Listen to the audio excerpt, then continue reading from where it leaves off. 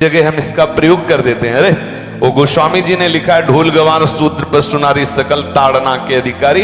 अब इसकी व्याख्या सूक्ष्मता से सुने और विचार पूर्वक। शास्त्रीय प्रमाण के अनुसार ढोल है ना, ढोल को ताड़ना चाहिए। ताड़ना मतलब उसको ठपाक चाहिए और बेताल नहीं। शास्त्र सिद्धांत के अनुसार, संगीत शास्त्र के अनुसार तभी वो राग प्रकट कर पाएगा, तभी वो बजेगा। ढोल को हाथ जोड़ के बोलो कि साहब आप बज जाएं, नहीं बजेगा, उसको ताड़ना चाहिए। अब ताड़ना शब्द चारों में एक जैसा नहीं लगेगा, शब्द एक ही है ताड़ना, लेकिन ताड़ना के अर्थ अलग अलग हैं। जैसे कनक है, एक ही शब्द है कनक, लेकिन कनक कनक ते 100 गुनी मादकता अधिकाय, वा खाए बोराए जग या पाए बोराए। बोले कनक ही शब्द है। जैसे ताड़ना शब्द का हम प्रयोग केवल वही समझे कि ताड़ना देना ही नहीं, उसका अर्थ अलग अलग है। जैसे कनक शब्द है, कनक को सोना भी कहते हैं और कनक को धतूरा भी कहते हैं। कनक को धतूरा भी कहते हैं। एक कनक है जिसके खाने से बावरा हो जाएगा और एक कनक है जिसके पाने से बावरा हो जाएगा। कनक शब्द एक ही है लेकिन दोनों का अर्थ अलग अलग हो गया। ऐसे ही ढोल में ताड़न का तात्पर्य है उसको पीटना, लेकिन वो शास्त्रीय संगीत के आधार पर उसको ताल देना।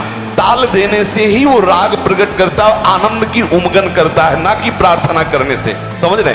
अच्छा, गंवार, गंवार कहते हैं विवेकहीन पुरुष को।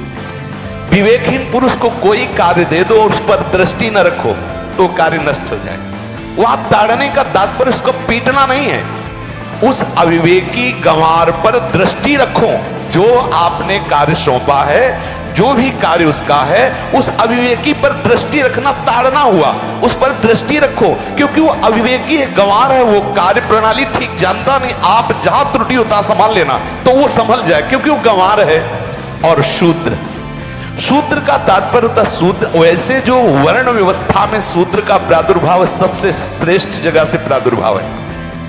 वर्णन आता है, ब्राह्मणोष मुखमाशीत बाहु राजन्यः कृतः उरुददस जत वैश्या पदभ्याग्यों शूद्रो जायत। भगवान के श्री चरणों की ही वंदना होती है प्राय। आपने देखा सबके श्री चरणों की, और शूद्रों का प्रादुर्भाव श्री चरणों से हुआ है। कोई ऐसा न समझे कि शूद्र का मतलब निकृष्ट होता है। यहां शूद्र का तात्पर्य जब से किसी से कहते हैं कि शूद्रवत आचरण करता है, मतलब शास्त्र विरुद्ध, सदाचार के विरुद्ध आचरण करना शूद्रवत आचरण की तरफ संबोधन किया जाता है। यहां कहा गया कि शास्त्र की सम्मति, शास्त्र के शासन के अनुसार आचरण हो, सदाचार परायण हो। शास्त्र जिसके लिए जो विधान करता है, शास्त्र शासन स्वीकार करना, यहां शूद्र के ताड़न की बात कही गई। यहां शूद्र ताड़न का तात्पर्य डंडे से प्रहार करना नहीं, समझना। और जो चौथा कहा गया नारी, अगर स्त्री को हम ये कहें कि ताड़न से ही वो केवल काबू में रहती है, तो राष्ट्र में अपने प्रसिद्ध लक्ष्मीबाई जैसी कोई सामर्थ्यशाली वीरांगना, कोई वीरों सामने बड़े बड़े वीरों के दांत खट्टे कर दे, ऐसी बहादुर सिंघनी हुई, अंग्रेजों के दांत खट्टे कर दिए। अगर कोई समझे कि नारी केवल ताड़ने के लिए है तो उसकी मूर्खता है। पुरुष और नारी का समान प्रादुर्भाव हुआ है। भगवान ब्रह्मा के श्री अंग से दाहिनी तरफ से महाराज मनु और बाईं तरफ से उनकी पत्नी उनका प्रादुर्भाव हुआ शतरूपा। शतरूपा, अब आप बोलो, एक ही शक्ति के दो भाग हो गए, एक पुरुष रूप धारण कर लिया, एक नारी रूप धारण कर लिया। अब यहां विचार जो है कि उस नारी के ऊपर ताड़न शब्द का क्या प्रयोग है। जैसे आप मार्ग में चले जा रहे हैं और आपने दृष्टि चूक कर दी और नारी आपकी स्त्री पीछे चल रही, तो कोई हमला कर सकता है, क्योंकि वो रत्न है। 14 रत्नों में एक रत्न स्त्री रत्न भी है। स्त्री को रत्न कहा गया है। भगवान श्री राम जब वनवास में जा रहे हैं तो सिया जी को आगे नाव में जब चढ़ाना होता तो पहले सिया जी को चढ़ा, सीए चढ़ाई चढ़े रघुराई, पहले आगे। दृष्टि रखो, दृष्टि चूक गई तो रत्न है। यहां दृष्टि रखना, शासन मतलब उसको पिटाई करना नहीं कि जैसे ढोल को पीटा जाता है ऐसे स्त्री को पीटा जाए, शूद्र को पीटा जाए तो गंवार को, ये व्याख्या नहीं है, ये मूर्खता है, इसे व्याख्या नहीं कहते। जैसे कनक शब्द के कई अर्थ होते हैं, ऐसे ही ताड़न शब्द का यहाँ अलग अलग प्रयोग है। स्त्री के ऊपर दृष्टि रखो, किस भाव की दृष्टि रखे, क्योंकि वो हमारे यहाँ रत्न रत्न की तरह है, कहीं कोई ऐसा ना हो कि कुदृष्टि वाला कोई उस पर हमला कर दे।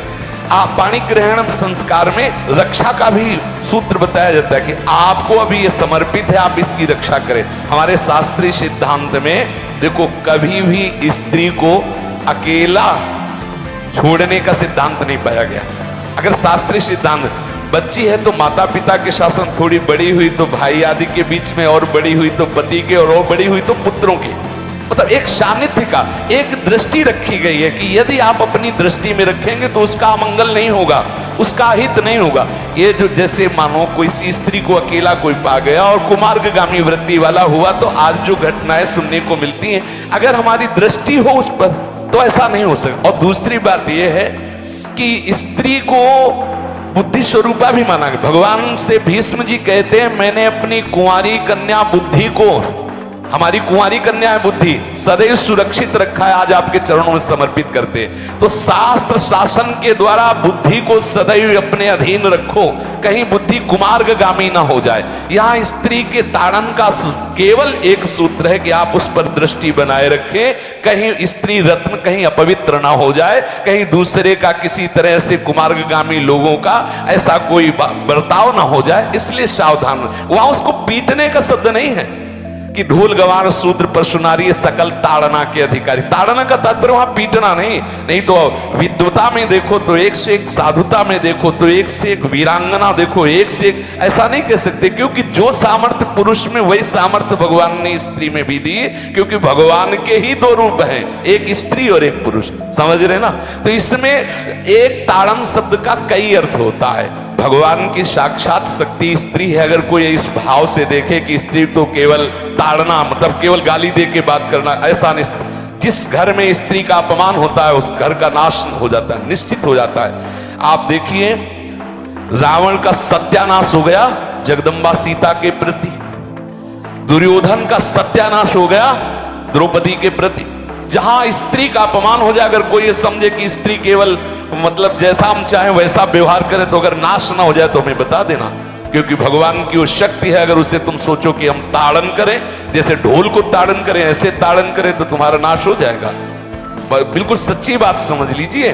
केवल वहां दृष्टि रखने की बात कही गई है, आपका अधिकार है, आप उसकी सुरक्षा व्यवस्था में रहें। और एक वृत्ति होती है, अगर शासन ना हो तो हमारी बुद्धि भ्रष्ट हो जाए, हमारी बुद्धि भ्रष्ट हो जाए, आपकी बुद्धि भ्रष्ट हो जाए। भगवान का भय, शास्त्र का भय, लोक मर्यादा का भय, ये हमको सुरक्षित रखता है। इसलिए दृष्टि रखने की आवश्यकता है कि वो पवित्र रहे, वो सुरक्षित रहे, ना कि उसको पीटने के लिए यहां संबोधन किया गया गोस्वामी तुलसीदास जी ने।